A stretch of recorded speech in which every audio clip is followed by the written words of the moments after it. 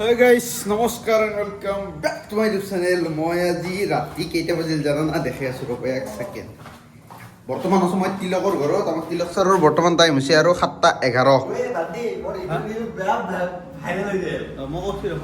যাব বুলি কৈছে দেখোন। কিমান গেছি? সুন্দৰ। পইচাও দেখা নাই। Congratulations. ৰাতিপুৱা ৰিল বনাইছি আইডিয়া দিয়া মানুহ মই কিন্তু ভাইৰেল গেছি Thank you guys. বঢ়িয়া বঢ়িয়া মানে ইয়াৰ আগে পিছে সেনকে মানে বাইকৰ ভিডিঅ' গেছিল ভাইৰেল তাৰপিছত দেৱাই নাছিল আজি ৰাতিপুৱা আইডিয়া দিছে 1,22,000 ভিউজ কেনাই মানে মোৰ কথা নহয় বাৰু ইউ বহুতকেইটা ৰিটেক লৈছি মই কোৱা মতে তাৰো কষ্ট আছে তাতে দেখোন চলিব লাগে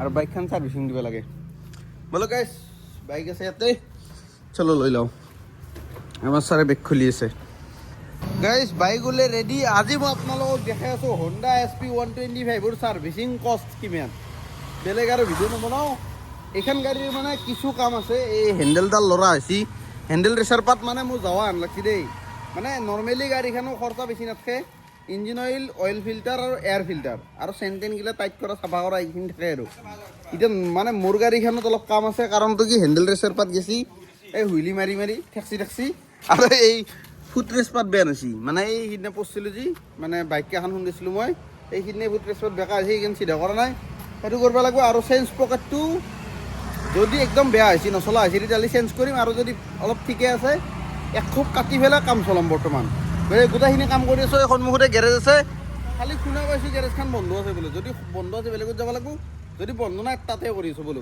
আৰু এটা কথা গাইজ আহি পালোঁ garage this is the garage তাৰ গাড়ী লাগি গ'ল ডাবল ষ্টেণ্ডত এতিয়া হ'ব ইঞ্জিন অইল ডাউন তাৰপিছত বাকীখিনি সৰু সুৰাকৈ কৰি আছে প্ৰথম কামটো হৈছে ইঞ্জিন অইলটো ডাউন দি লওক তাৰ মাজতে বাকীখিনি কাম কৰি লাষ্টত ইঞ্জিন অইল ভৰাই দিলে মই যাব পাৰোঁ এনে দেখোন মানুহকেইটা চব ব্যস্ত হৈ আছে ইয়াই হা পাত্তাই নাই দেচোন তাকে ডুবে আমাৰ কাৰণে গেৰেজটো ভাল আছে আমাৰ কম দামী গাড়ী না বঢ়িয়া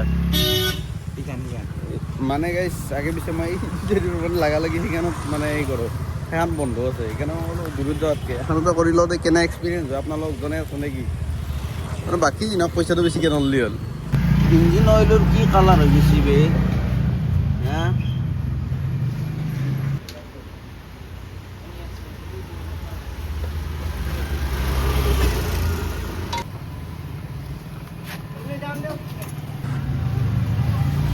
গাড়ী তাৰ পে ইয়াতে শিফ্ট হৈ গ'ল হা চেণ্ডেল টানি দে চেণ্ডেল টানি দে ইঞ্জিন অইলটো ভৰাব আছে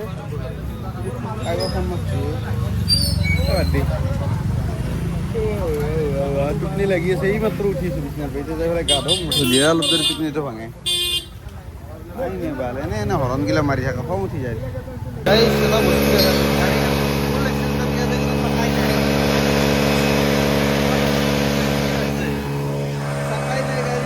ঘূৰি আছে কি হ'ব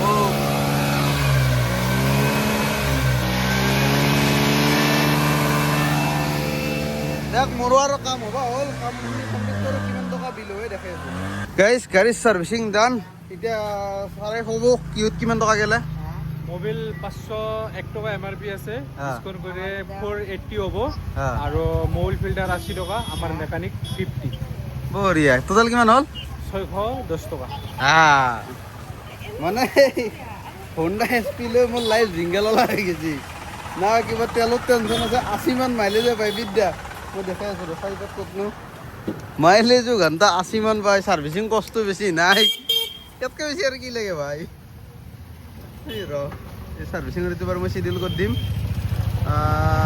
এভাৰেজ 80 দি আছে 80.1 দেখাইছি আৰু কিবা লাগে দেখ এতিয়া পে'মেণ্টটো কৰোঁ কৰি পেলাই যাওঁ গাইজ পে'মেণ্ট কৰি আহি চিধা আমাৰ মানে কি বুলি কয় তিলকৰ ৰুম পাইছোঁ আহি এতিয়া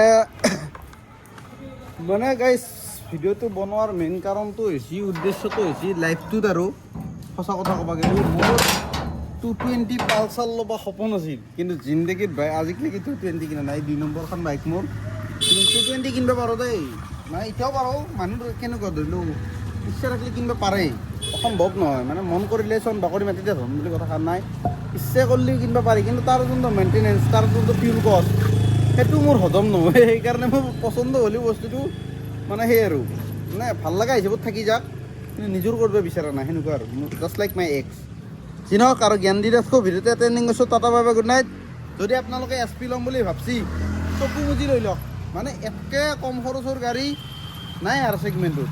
বুজি দিয়া, 600 টকাত ছাৰ্ভিচিং, হেণ্ডেলৰ ৰেচাৰ গেছি, এইটো টাইট কৰি দিছি, চেণ্টেন টাইট কৰি দিছি, এইগিলা আঠা মাৰি দিছে, পেনেলকেইটা অলপ লৰি আছিল। তাৰপিছত আৰু কি কৰিছি, ইঞ্জিন অইল চেঞ্জ, এই অইল ফিল্টাৰ চেঞ্জ, এয়াৰ ফিল্টাৰটো হাৱা মাৰি দিছোঁ। তাৰপিছত চেনত তেল চেল দি দিছি। আৰু কি কৰিলোঁ নাই, ইমানখিনিয়ে। গতিকে ইমানখিনিয়ে কাম কৰি পেলাই 610 টকা হৈছে, তাকো যাওঁতে 600 টকা লৈছে, গম পা না। কিন্তু 600 টকাত যদি ছাৰ্ভিচিং হয় আৰু কিবা লাগে। মই আৰু ধৰি লৈছিলোঁ এইখিনি কাম থকাৰ কাৰণে 900 টকামান যাব, 800-900 মান। কিন্তু 600 টকাত হৈ যায়, মই চক খাই গ'লোঁ। প্ৰত্যেকবাৰ ইমান মানে যায়, 500-600। যি নহওক, এতিয়া যাব ওলছোঁ লখিমপুৰ আমাৰ তিলক ছাৰৰ লগত। ই ওলাই ৰেডি, এতিয়া মই যাই আছোঁ ৰুমত চিধা। মানে এতিয়া মোৰ ৰুমত যাম আমিতো, যাই পেলাই মোৰ ৰুমত ওলাই চিধা লখিমপুৰ। এই ৰাতি বৰ্তমান কেইটা বাজিল, এই ৰাতি 9:17। ধৰি লোৱা আমাৰ 10:30-11টা বাজিব ওলাওঁতে। 10:30-11টাত ওলাই যাম, চিধা লখিমপুৰ গ'লোঁ। আজি লাইফত ফাৰ্ষ্ট টাইম মানে বাইকেদি ইমান লম্বা ট্ৰিপ মাৰি, লাইফত ফাৰ্ষ্ট টাইম। অ' ছাৰ, মোৰ বেগটো চাই থাকিলে, মানে গাড়ী মোচা কাপোৰখন, বেগটো ক'ত থৈছা? গাড়ী মোচা কাপোৰ টাৱেল এখন আছে ব্লু কালাৰৰ, নহ'লে গাড়ীখন লেতেৰা হৈ আছে সেইকাৰণে, আৰু তেল হৈ আছে। ছাৰ সেই কি কৰে মেকানিককেইটা লালে না, সিহঁতৰ হাতত তেল লাগি থাকে সেইকাৰণে। কিন্তু ভিডিঅ'তে এটেণ্ডিং কৰিছোঁ। Tata bye bye, good night. লগ পাই আছোঁ আজিৰ ব্লগতে লখিমপুৰ যাওঁতে নে কি।